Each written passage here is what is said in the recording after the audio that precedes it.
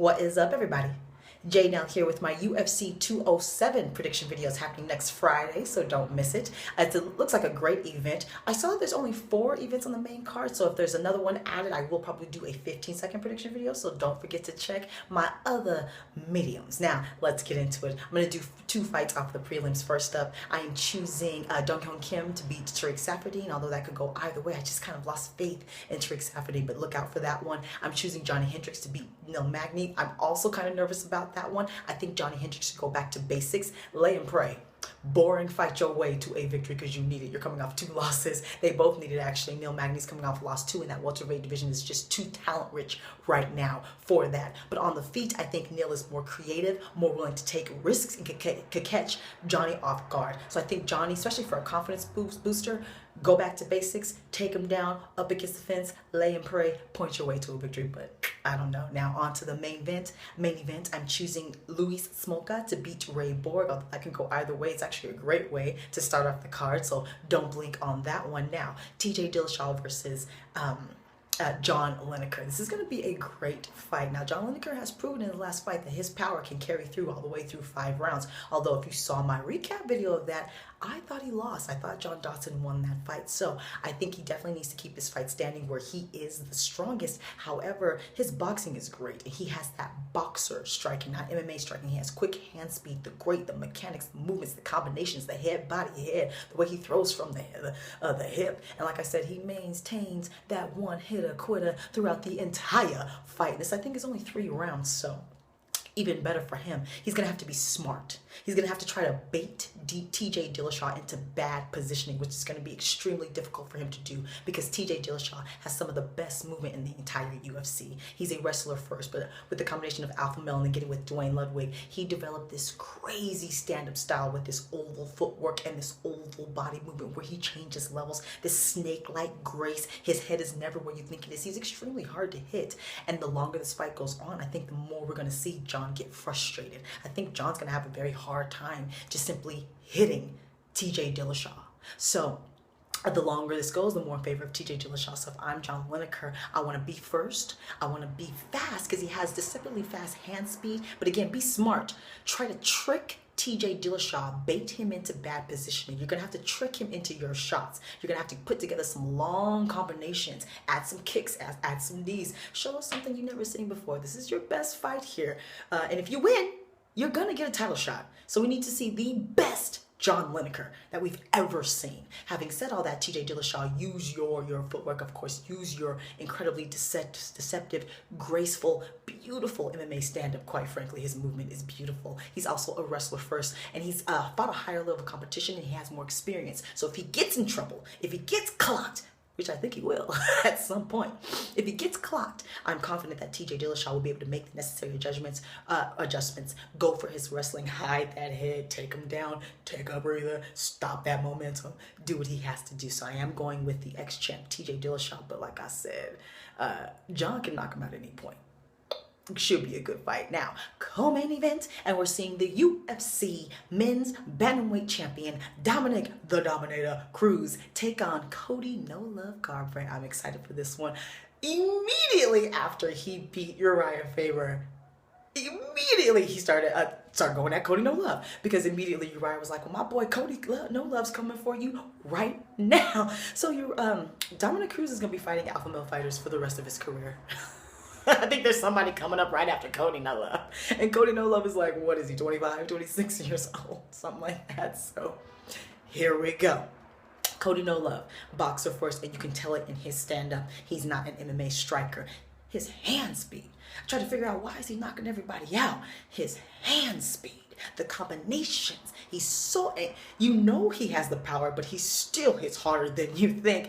And again, the combinations, his body movement, his footwork doesn't seem fast. It's just like, it's correct.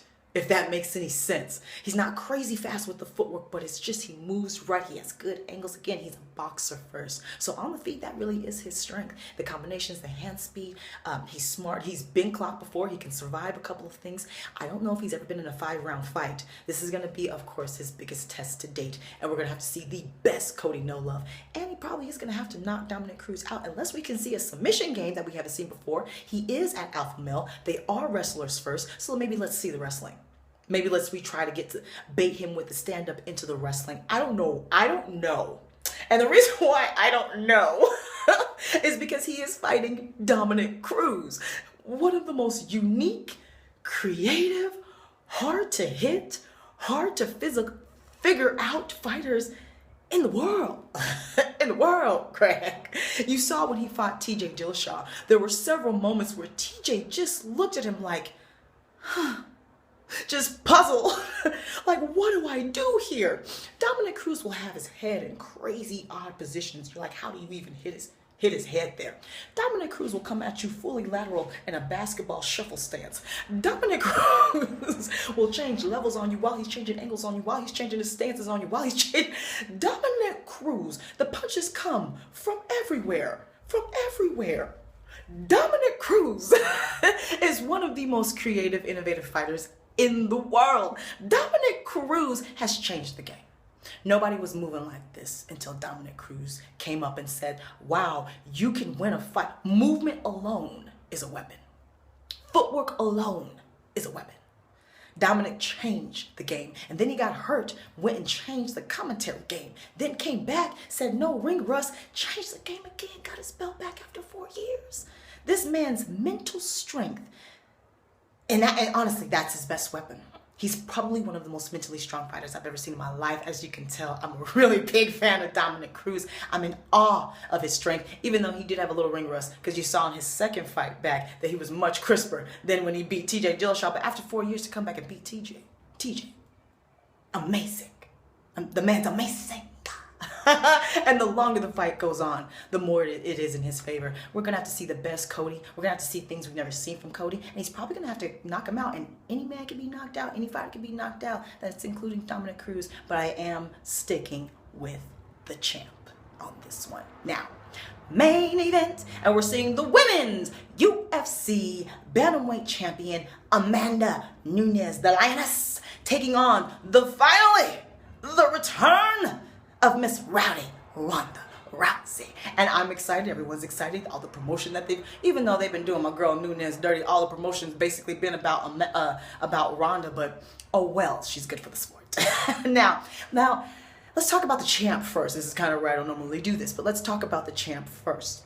This is a rare situation where we have more eyes on the challenger than we do on the champion, who has, I mean, when I say she hits like a man, I don't necessarily mean because of her power. I mean the way she throws her arms, her body position. She's a karate first, then she turned into the boxing. And she's another one of those hybrids. She doesn't have MMA striking. She has boxing, a hybrid striking level. The way she throws her combinations, the way she throws from the hips, she throws like a male boxer.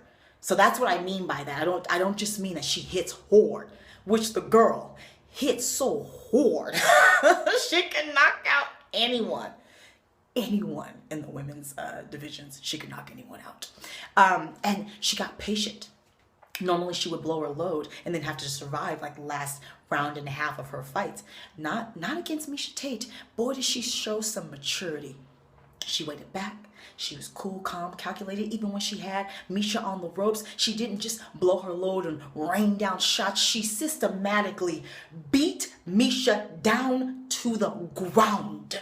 She beat her down to the ground and then she choked her out. So mature. The mental maturity we saw in Amanda Nunes, that's what's scary. Because I think she's only like 28 years old, something like that. And Ronda's only 29, so both of these ladies, they in their prime. in their prime, honey. And Amanda seems to be improving immensely. She goes in there against Ronda and she doesn't get overzealous and she doesn't blow her load and she baits Ronda into chasing her the way Holly Holmes did and counter punches her because she is the better boxer. And I don't know why everybody thought that Ronda Rousey was a good boxer. I think we just got caught up on the hype train, myself included. Check my recap video. I apologize to Holly Holm. She had nothing on Holly Holm as a boxer. She only been boxing for like 2 years. Now with all the movies, we don't know what she's done. So now let's talk about Ronda Rousey. We don't know where she's at. We don't know what she's done. We don't know what she's been doing. She put out this training video everyone was excited about, but then when I saw it, it was a put together edited training video. It wasn't like her in the gym showing new moves, raw footage. It was a video that they could put me in, make me look like a badass. So I was like, you know what I mean? She's not doing any interviews, really not doing any media. I believe she is serious. She looks great. Her body looks great. So I do believe she's serious. I do believe she wants to get back. Plus all the mental struggles she went through after that loss, saying she wanted the suicide, but then she come back because of the babies and the criticisms. I just don't know where she's at mentally. Physically, she looks great. Mentally, she seems on point, but... And if she's not, if she gets emotional in this fight, if she chases Amanda the way she chased Holly Holm, she will get knocked out again. Not with the feet, with the hands. She'll get KO'd. Now, if she's patient, if we see old school Ronda Rousey, but better, because she's going to have to improve, because again, Amanda has improved. She's not overzealous anymore. Use her judo. Use Amanda's movement against her. Get Amanda to chase her. Get her takedowns from that momentum. Be smart again. Take the emotion out. Cold, calculated Ronda. She could win. She could definitely win. I think Amanda has the type of power that carries through all 5 rounds, so she could KO her at any time. They both need to be smart. They both need to bait each other into traps, set traps on the ground. I do believe Amanda's actually a black belt in jiu-jitsu. She has great submissions. As you see, again, she beat her down and then submitted Miesha Tate. So on the ground, and she might even be a little bit physically stronger on the ground. So I don't know if I give that to Ronda on the ground. I'm not sure. Ronda's good for business. I have to say it. I don't know if she's going to win, but I'm actually going to pick it for her. I want her to win. The comeback of the biggest star in MMA, and yes, she's the biggest. Listen to Dana White. She actually makes the most money for the organization, not just for herself. So she's the biggest star. She's most name recognition around the world, Craig, not just a couple of countries. She's the biggest star, the biggest earner. And for her to come back after all these trials and tribulations, I probably said that wrong, and to get her belt back. The story plus the hot potato belt in the women's division is great for the women's division. So I'm actually picking it for Ronda Rousey. But don't get it twisted. Amanda Nunes could very well knock her out. Now, those are all my picks. Let me know your injury updates. Let me know your picks. Follow me on Facebook, Twitter, and Instagram, where I will have 15-second prediction videos. Subscribe, like, Snapchat as well. Talk to me, take care, and goodbye.